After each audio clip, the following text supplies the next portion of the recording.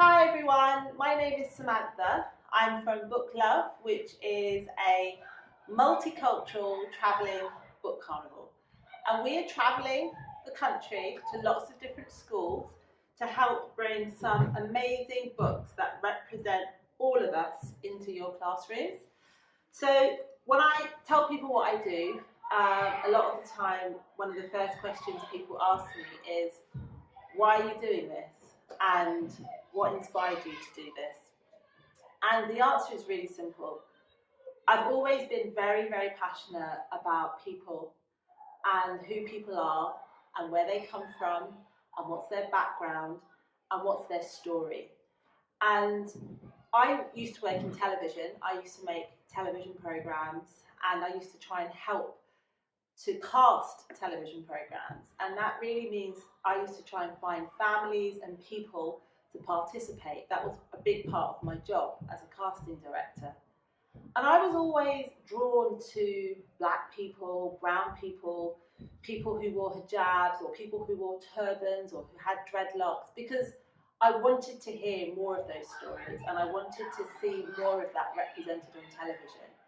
But whenever I brought these stories or entered these communities with my cameras and brought my footage back, I was always told, oh, I'm not sure about this, or it's a little bit too niche, or it doesn't work.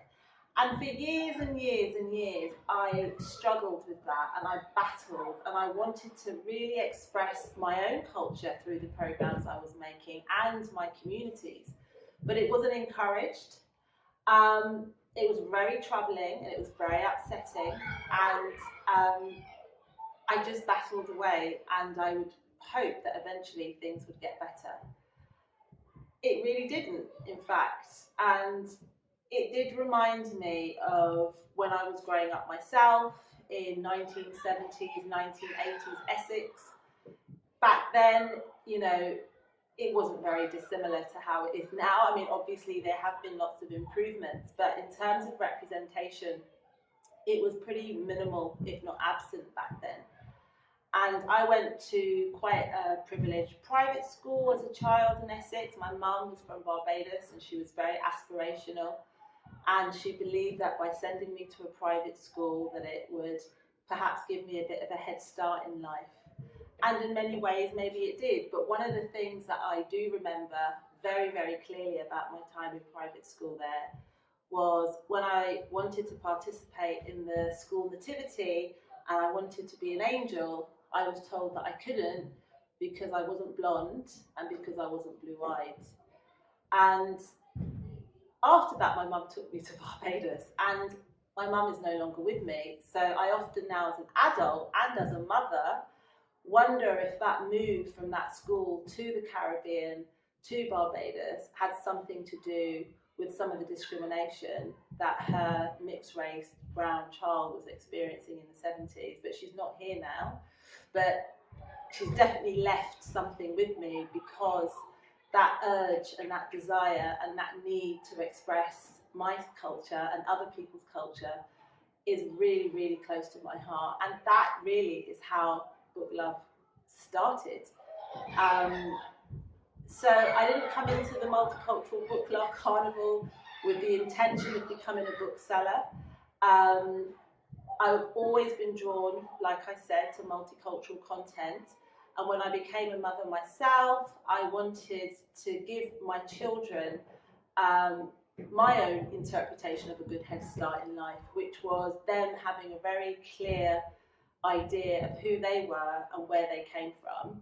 And with my mum not being present, I felt that it was really important that I had lots of images and content and art around the house to reflect the Caribbean background that we all have in our family. We're also part Welsh, and that's important to bring that into it. But my mum was not around, so using books and art was a way to do that. And the more conversations I had with other parents and carers and teachers, it felt to me that that sort of that need for more representation in books was something that we all shared. And it really just started by accident. I was walking into my children's school one day and a little boy rushed out, a little white boy, and he called me bushy hair, bushy hair. And I was struck that someone so young sort of had that confidence and to step to me in that way and to use that language, which was not particularly flattering or, I mean, I love my hair, I love it very much, but for it to come from a boy, a little boy, who I felt was perhaps trying to tease me in some way or point out my difference, immediately I felt that I had to do something. And I spoke to the head teacher, and the head teacher had said to me that, well, what would you like to do? And I decided that I would take some books into the school and read the books to the children. I didn't want to reprimand them. I didn't want to have a go at anyone. It wasn't my place to do that. Yeah, so I spoke to the head teacher, and I explained to the head teacher that I wanted to come in and bring some books to use as educational tools for these children, to show that what they deemed as difference was something that should be celebrated and not something to discriminate or to taunt and tease. It's a beautiful thing, one's culture, one's identity, one's appearance, and it's not a difference. It's just a range. I really hate using the word difference.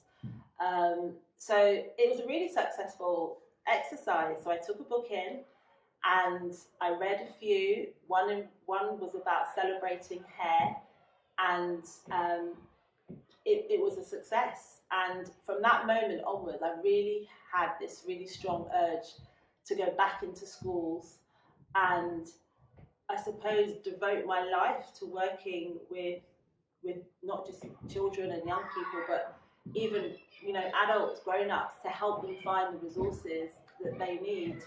I truly believe that we're all born equal. No one's born prejudiced or racist or biased. These are all learned behaviours, and I really believe that children are the future, and all of you children are the future, and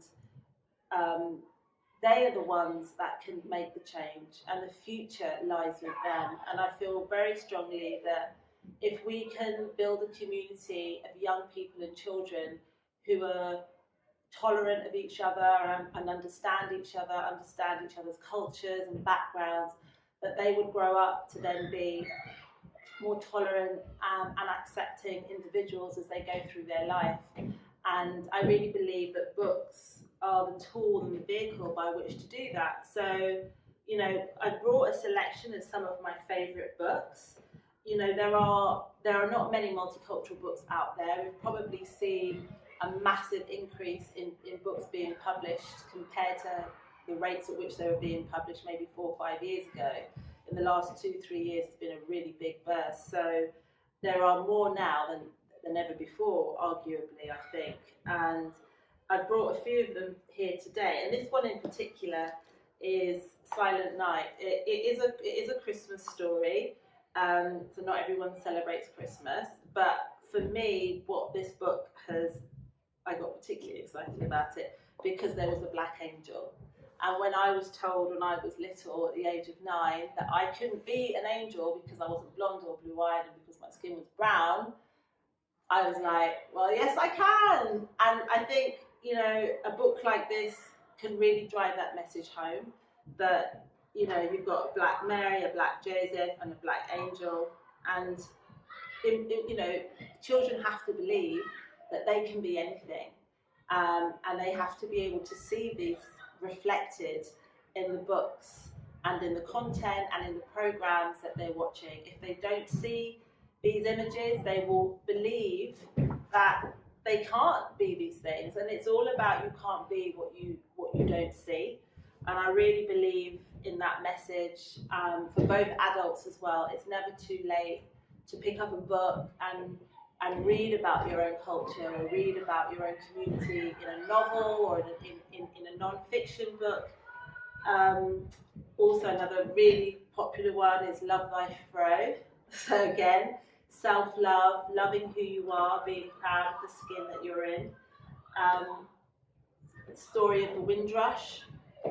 So these are some really, really popular ones, and they sell really, really well because these are stories and images that not many young people and children are seeing in schools, and certainly not many teachers. Black History Matters, The Black Tudors for an older reader, again exploring the Black Tudor communities that lived in the UK during the Tudor period. Here to Stay, Here to Fight. Not many people know that in Brixton that we had our own civil rights movement. The civil rights didn't just happen in the US, it also happened right here on our doorstep. Pioneers like Darcus Howe leading those struggles. Black and British, which is a new one, which is an abridged version of the bigger, chunkier Black and British by David Olusoga. So these are some really key texts, and when we travel the country to carnivals and the schools, we take all of these books with us, and we also take flags. So we also bring not just the books, but it's bringing your whole self to the book or to the experience. Flags, books, music.